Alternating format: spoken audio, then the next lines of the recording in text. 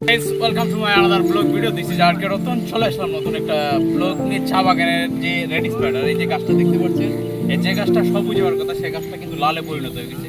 সেটাই কি যে ভাবে আবার সবুজে পরিণত হবে, কি কি ওষুধ প্রয়োগ করতে হবে, কী ভাবতে হবে, সেটাই দেখার জন্য আজকের এই ভিডিওটা অবশ্যই সাথে থাকুন এবং দেখুন, উপভোগ করুন।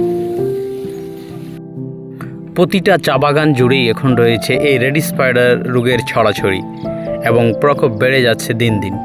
সেক্ষেত্রে আপনাকে অবশ্যই এখানে ওষুধ প্রয়োগ করতে হবে। মানুষের যেরকম রোগ জীবাণু হলে ওষুধ খেতে হয়, ঠিক চা গাছে সেভাবেও আপনাকে ওষুধ ব্যবহার করতে হবে। ভ্যারাইটিস কাইন্ড অফ ওষুধ স্প্রে করা হয়। এখানে আমরা স্প্রে করব লার্সিমাইট।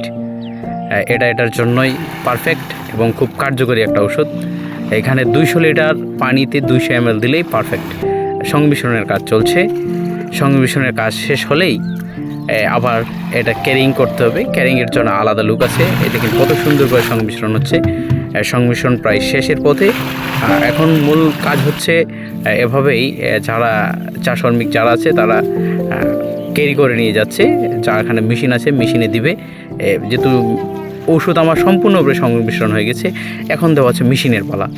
যারা এভাবে মেশিন দিয়ে স্প্রে করবে তাদেরকে দেওয়া হচ্ছে। অলরেডি আপনারা দেখতে পাচ্ছেন তারা ওষুধ পাওয়ার পরেই কিন্তু স্প্রে শুরু করে দিয়েছে।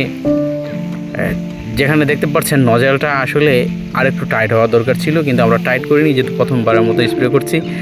একটু নজেলটা স্লো করে দিচ্ছি যেন ভিতর পর্যন্ত ওষুধটা যেতে পারে। এবং এই সময় যদি আপনি না দেন তাহলে কিন্তু আপনাকে অনেক প্রকার সমস্যার সম্মুখীন হতে হবে। জানি না ভিডিওটি কেমন লাগলো আপনাদের কাছে। যদি ভালো লাগে তাহলে লাইক, কমেন্ট, শেয়ার করে অন্যকে দেখার সুযোগ করে দিবেন। এই পর্যন্ত ভালো থাকবেন। দেখা হবে নতুন কোনো ভিডিওতে। সবাইকে ধন্যবাদ।